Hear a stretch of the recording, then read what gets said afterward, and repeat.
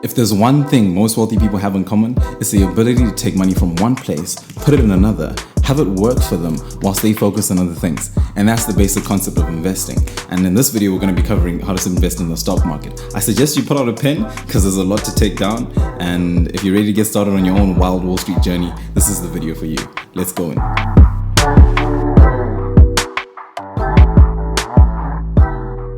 So way before we even touch your money, the first thing you need to do is that you need to decide if you can separate your logic from your emotions. The stock markets can be extremely volatile. Case in point, what the Corona did in March last year. And if you're unable to separate the two, you risk taking on very, very serious losses within the market. But if you can make the distinction between logic and emotions, you can very well also take advantage of these swings too. Benjamin Graham, who wrote the world-renowned book on investing, The Intelligent Investor, he says that you need to be able to think for yourself, and that the intelligence required to be an intelligent investor has much more to do with character than it has to do with IQ. The things he teaches in that book have been shown to stand true all throughout the ages. Ever since the book was published up to this point, one of the greatest investors of all time, Warren Buffett, lives by the book. And it's a bit of a hard read, but very much so worth the time. And I'll leave a link to it in the description for you guys to check out. So having understood that, now you need to decide what kind of an investor you want to be. And there's two types to consider. The first one being an active or an aggressive investor. And this is when, as the name suggests, it's going to require a more hands-on approach at you managing your portfolio. It involves a deep analysis on your part and knowing very well when to pivot in and out of certain stocks or investments. It will require a lot of time on your part. The other one is passive investing, or defensive investing, as it's called in the book. Now, when you're a passive or defensive investor, you invest for the long term, and you limit the amount of buying and selling that you're going to be doing to an absolute minimum. The strategy here is to buy and hold for the long term whilst resisting the urge to anticipate the stock market's every move or react to the stock market's every move. This strategy is well suited for people who already have a lot of things going on in their lives, and honestly, that means it's a lot of us. A lot of us already have lots of other things that are going on, and we'd rather just automate our investing and make it simple and straightforward. With this method, you makes everything that you have to do keeps everything you have to do to an absolute minimum, and therefore saves you more time to do other things. Most passive investors or defensive investors have most of their funds in index funds and mutual funds, and I'm going to discuss what those are later on in the video. Both methods are equally smart, but your success is going to depend on how well you stick to your method, right? Because you're most likely going to have to play with that method, maybe play is the wrong word, but stick to that method for the rest of your investing career. At the end of the day, it might be safe to say that at times it might be good to incorporate both into your strategy, but it's good to stick to one and work on that one. Well, now you may ask, okay, so how do I buy stocks? Well, the easiest way to buy stocks is using an online brokerage account. And as soon as you've opened the account and you funded it, you can immediately begin to start purchasing stocks. Opening an online brokerage account is as easy as setting up a bank account. You do your application, you provide your proof of identification and how you're going to be transferring your funds, whether it's going to be electronically or you're going to be mailing in a check. Obviously, to make it easy, just do it electronically. There's plenty of brokers to choose from. If you're in America, you've got the likes of TD Ameritrade, Robinhood, Fidelity Investments. If you're in Europe, you've got Gyro, you've got Trading 212, eToro, Interactive Brokers. I personally use Trading 212. The user interface is really straightforward and easy to use, and everything is pretty straightforward. Most of these brokers will have a guide for you in terms of how to interact and use their platform, and it makes the process a whole lot easier. By the way, if you use my link to Trading 212 in the description to open an account at Trading 212, you can get a stock valued up to £100 at no extra cost to you. So make sure you take advantage of that whilst they still have money to give away. Once you've set up all of this, buying a stock is easy peasy lemon squeezy, and I'll show it to you now. Okay, let's say I wanted to increase my holding of a particular stock. Let's say I wanted to do Bank of America. Right, and I want to increase my holding here. All I'd have to do is click buy, and I can select between the value that I want to invest as a dollar amount or the number of shares that I'd like to buy.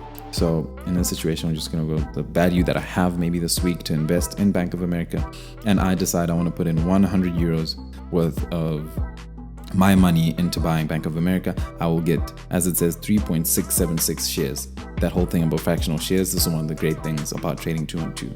I just have to go to review order, send buy order, and that will be executed later on today when the market opens.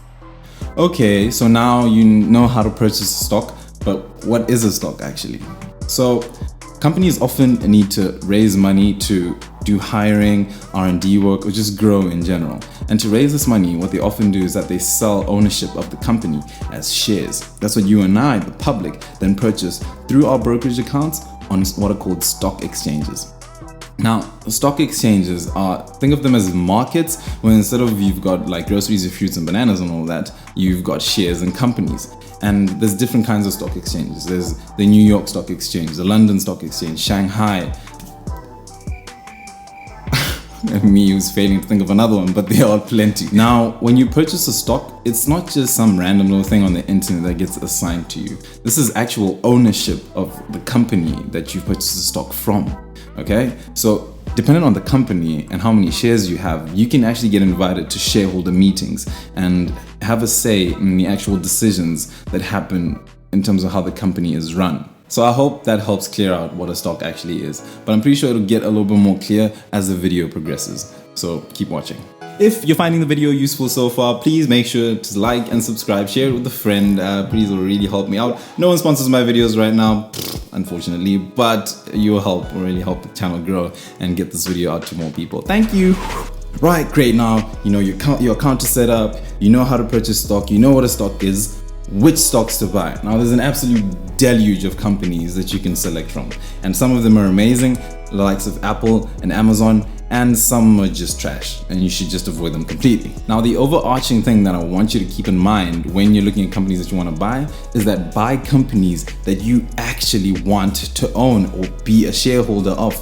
Don't buy them just because you want the ticker symbol or the number next to the ticker symbol, to go up. Because if that number starts going down, your basis of owning that company is not going to be strong enough and is obviously just not working out for you, and you're going to end up selling out of that company for a loss. So make sure it's a company that you actually want to own and you enjoy or you like. So conduct your initial browse through and find all the companies that you like and make a list of the companies that are most appealing to you at first, and then we'll look through the actual research of these companies. There's two kinds of research that you can do in evaluating these companies. There's qualitative and there's quantitative research. When you're doing qualitative research, you're just looking at aspects that are not quantifiable about the company. Things like if you like the CEO, if he's a good guy, if he's professional, or he's a Donald Duck. An example is nickel in their truck. You probably don't want to end up being involved with a company that has been linked with dishonesty like that. When it comes to quantitative analysis, on the other hand, now you're going to be looking at the hard numbers involved with the company. You're talking the company's yearly reports, all their earnings, their profits, and all that throughout the ages, the dividends they've been paying out. And you can easily find this information on all company websites, right? But also be careful, this information is written by the company. So on the company side, there is a motive to make this information look a lot better to investors than it actually is. So, have a look at it. But, most of the good companies anyway will most likely be a little bit more honest than companies that are trying to be just genuinely dishonest, which are companies you should, as I've said, stay away from. Okay, so for example, if I go onto the Apple website, and if you scroll down and you go to the investors section of the website and have a load quickly, here you can get all the financial information and things that the company has released to the public for us investors. So if you scroll down here, we can find the annual reports on the 10K form. And in these reports, you can have all the financial information that you will need from the companies. They're very, very long reports, almost 100 pages sometimes. So it is obviously you probably won't read through all of it, but there are selected financial data that you probably then want to look through. For example, here we have, selected financial data all dating back all the way to 2016. So then you can look through this and see how the company is doing and make your decisions based off of that. And most companies have these on their websites, so these are really easy for you to get and check out. There's a lot of analytical tools that you can use within broker apps as well. Things like, and you start getting, ratios like earnings per share, and it gets a little bit more complicated. But for the sake of this video, I'm going to keep it simple, and I'll just show you now where you can find this information in the Trading 212 app. Okay, so if I wanted information on Apple in Trading 212, I just open the app and then just search up Apple. You can see it, I already recently searched it up there. And if I just scroll down, I have information on company details. I have key ratios, PE ratio, that's price per earnings, revenue, earnings per share, dividend yields, financial summaries, balance sheets, and all this is already available for me in the app. Although this is might be kind of limited in the app, as this is probably only dating back up to, this is probably only dates back up to a couple of years. We only have about 3 years here. Hence why I also then use Seeking Alpha to get more information on the company.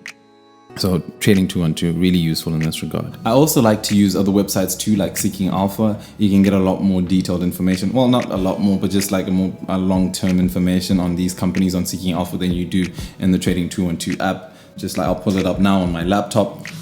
So if I go into Seeking Alpha and I want to search up a company like Coca-Cola, ticker symbol KO, you can then have more information that dates quite a while back, like, almost 10 years, or even ever since the company was listed on the stock exchanges, and the information was made available. So if we just take a look at something like the dividends that Coca-Cola has paid over the past 10 years or so, you can see that here Coca-Cola has paid a dividend every single year without fail almost, and the dividend has steadily grown, and this is dating back all the way to 1989. So obviously this is a strong company, and the type of company that you would want to invest your money in.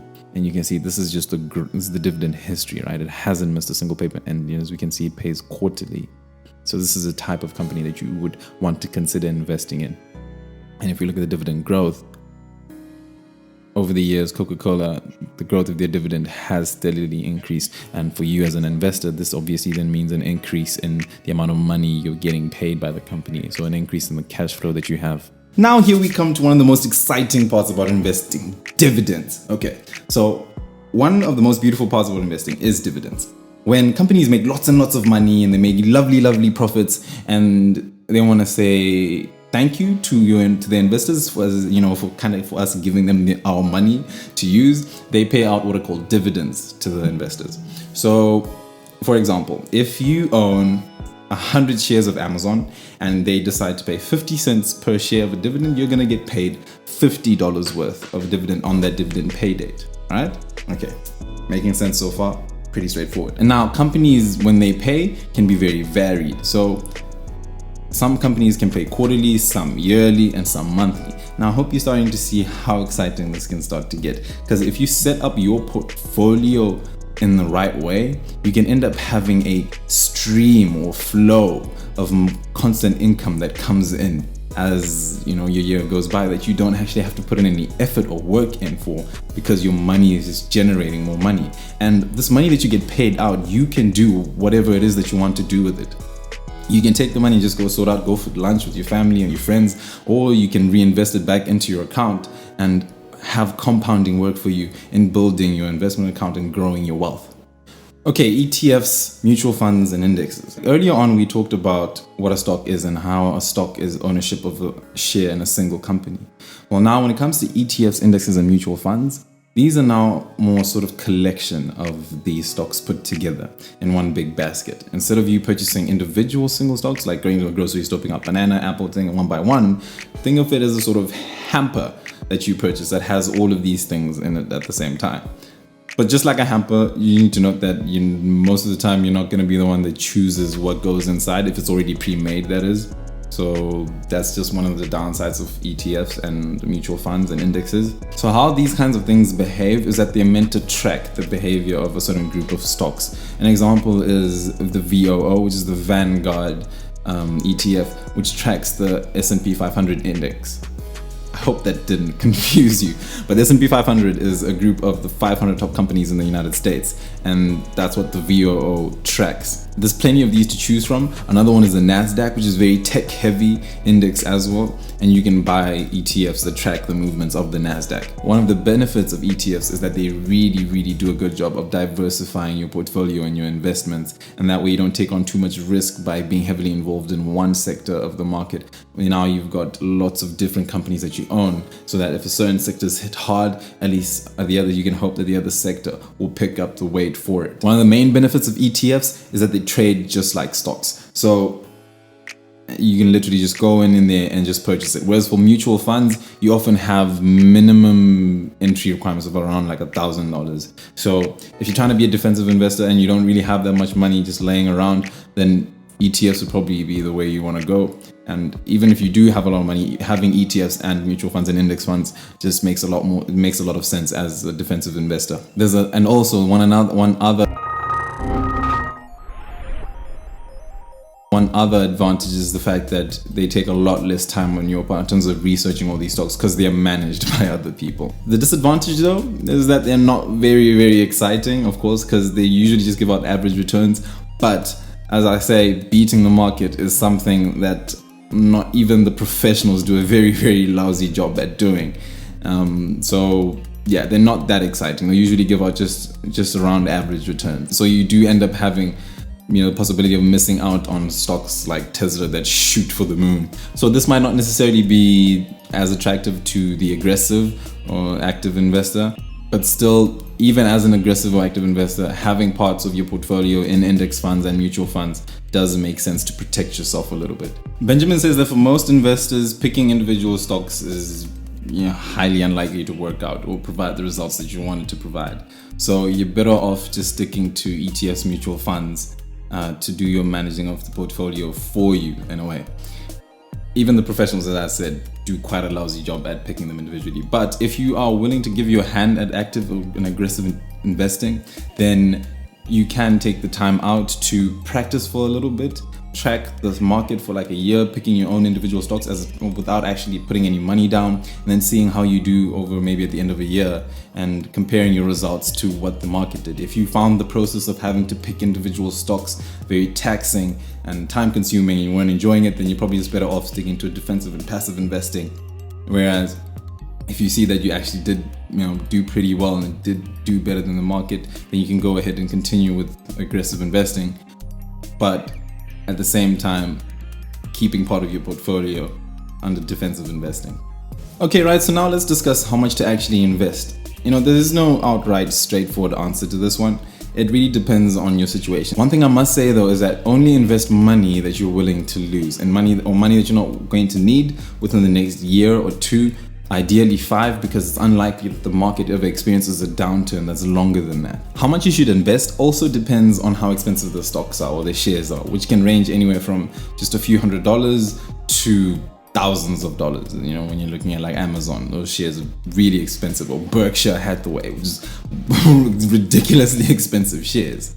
But thankfully, like brokers like Trading 212, they do offer fractional shares of these companies that you can purchase, and so you get the dollar amount equivalent of what you would have paid for. So let's say you wanted to purchase Amazon stock and that costs $1,000, but you only have $100, you can purchase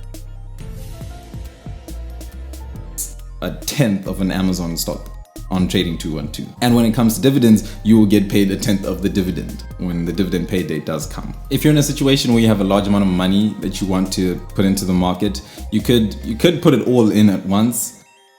Although this is unadvisable, it's better to go into the market slowly, right? And that's called dollar cost averaging. When you implement dollar cost averaging, what you're trying to do is spread out your money so that you limit the amount of volatility that your money experiences as you're purchasing these stocks, because there'll be times that you purchase the stocks when they're low, there'll be times that you purchase the stocks when it's just around average, and there'll be times when you purchase the stocks when they're high. And obviously doing that, the hope is that it eventually just averages out the amount of volatility in the market. How often and how much you're going to be dollar cost averaging, as I said again, depends on your situation. Some people are willing to go in $100 a week, maybe you just have $10 a week to spare. What's important is that you start doing it and you start growing your investment account. Right, now managing your portfolio. Okay, so stock investing is filled with lots of intricate strategies that that are out there and approaches that you can implement. But most of the successful investors have really done well for them by just sticking to stock market basics. Warren Buffett says that one of the best things that the average investor can do, you and I, retail investors, is just putting their money into an index fund like S&P 500 and mutual funds, and then only selecting individual stocks when you actually do genuinely believe in the long-term prospect of that company. And the best thing after you start investing into stocks or mutual funds to do is probably the hardest, is that you should not look at your stocks. Leave it and don't pay attention. Well, maybe not don't pay attention to it, but don't check it every single day to see how it's doing. Unless, of course, as I said, you're trying to beat the odds, it's better to just leave it and let it do as it's doing. Imagine purchasing stocks as if you are purchasing a farm.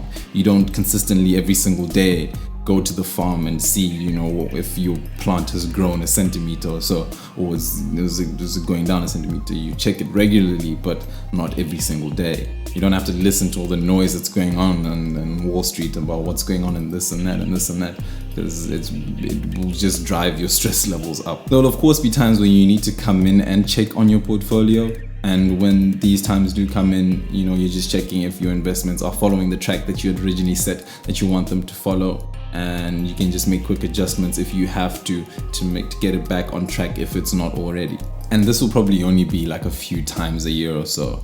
If you want to further diversify your investment portfolio, then as I said, there's many kinds of different ETFs and mutual funds that you can buy and indexes that you can go into. Some are emerging markets, gas and renewable energies that you can just begin purchasing to diversify your investment. One last piece of financial stock market jargon that you probably need to know is the difference between bull markets and bear markets. When a bull market is in place, this is a period of time when the market is consistently going up.